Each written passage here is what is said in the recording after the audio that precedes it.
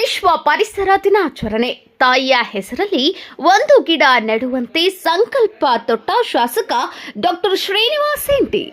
ಕೂಡ್ಲಿಗಿ ವಿಧಾನಸಭಾ ಕ್ಷೇತ್ರದ ಮಾನ್ಯ ಶಾಸಕರಾದಂತಹ ಡಾಕ್ಟರ್ ಶ್ರೀನಿವಾಸ್ ಎಂಟಿ ಅವರು ದಿನಾಂಕ 10/6/2025 ಚಿಕ್ಕಜೋಗಿಹಳ್ಳಿ ಜವಾಹರ್ ನವೋದಯ ವಿದ್ಯಾಲಯದ ವನ ಮಹೋತ್ಸವ ಕಾರ್ಯಕ್ರಮಕ್ಕೆ ಚಾಲನೆ ನೀಡಿ ಮಾತನಾಡುತ್ತಾ, ನಿಮ್ಮ ಹಾಗೆಯೇ ನಾನು ಗ್ರಾಮೀಣ ಭಾಗದಿಂದ ಬಂದಿದ್ದೇನೆ.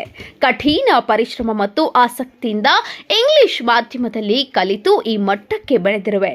ನಮ್ಮಲ್ಲಿ ಬಡತನ ಇದೆ ಎಂದು ಕುಗ್ಗಬಾರದು. ಸಿಕ್ಕ ಅವಕಾಶ ಬಳಸಿಕೊಂಡು IAS ಹಾಗೂ ಉನ್ನತ ಹುದ್ದೆಗಳನ್ನು ಪಡೆಯುವ ಕಡೆ ಗುರಿ ಇಟ್ಟುಕೊಳ್ಳುವ ನಿಟ್ಟಿನಲ್ಲಿ ದೇಶದ ಭವಿಷ್ಯದ ಕಡೆ ಗಮನ ಹರಿಸಬೇಕು.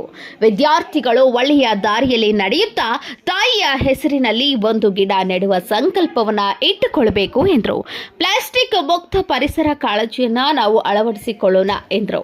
ಹಾಗೆಯೇ ನಮ್ಮ ಮಾನ್ಯ ಶಾಸಕರು ಇಲ್ಲಿನ ಮೂಲಭೂತ ಸೌಕರ್ಯಗಳ ಅಭಿವೃದ್ಧಿಗೆ ಒತ್ತು ಕೊಡುವುದಾಗಿ ತಿಳಿಸಿದರು.